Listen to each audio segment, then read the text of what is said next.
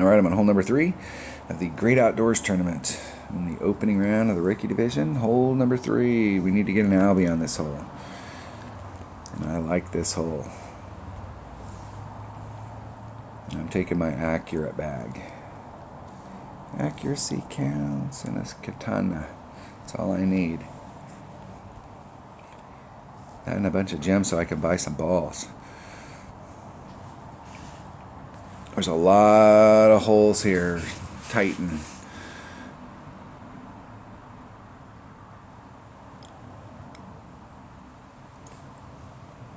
I think there has to be, take out the 3 par 3s. Puts us down to 6. There's got to be at least 5 of those other holes that tightens the ball. So this tournament you're going to eat up some Titans.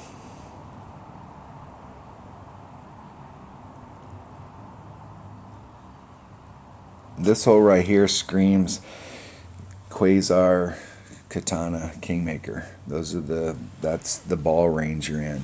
The Quasar will not hurt you on this drive shot. The Quasar will hurt you on the second shot, because the closer you can get up there to the top, the more you can engage your side spin on the other side and go straight at the hole. And the Quasar will put you a little short of that.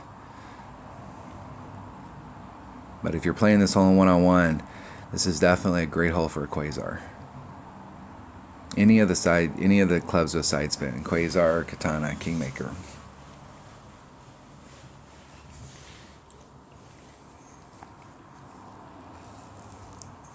We're doing a 20% wind adjustment down here in this hole. I like to be about 2.5 rings off. I got a tailwind, so I'm going to be right up against the red line. Putting it all on. It's 4, so that's going to be 4-8. It's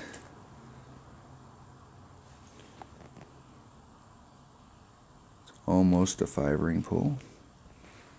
I'm going to put some curl on it to bring it back to the fairway on the other side.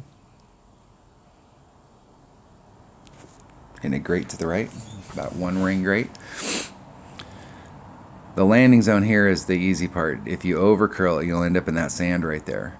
So there's a fine line between putting curl on it to bring it back to the fairway, and I didn't need to put that much curl on there. With the side spin, I was already on the edge here, but to get it to come back out here to the middle, you need to put some curl on it to get it to float through the middle. The deal is you don't want to get any farther than where I'm at. If you start getting out in here, you get behind those trees.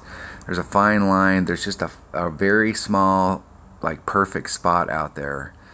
It's one of the things I really like about these Greenock Point holes is that they're very spot oriented. You need to be in the right spot.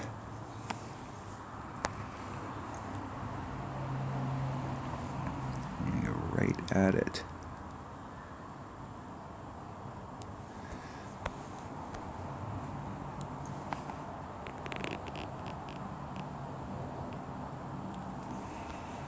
It's 4 4s. I'm going to do just a regular wind adjustment. 4-4. You hit it perfect.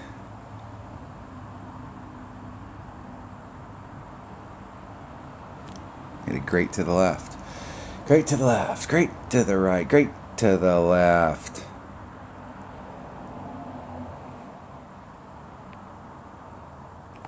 That was definitely great to the left.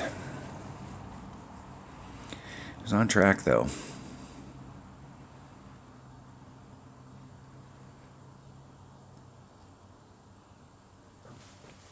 I like all of the skills that this particular hole right here, just the skills that you have to learn in order to make that drive happen, and then the skills to make the second drive happen. This is a great hole.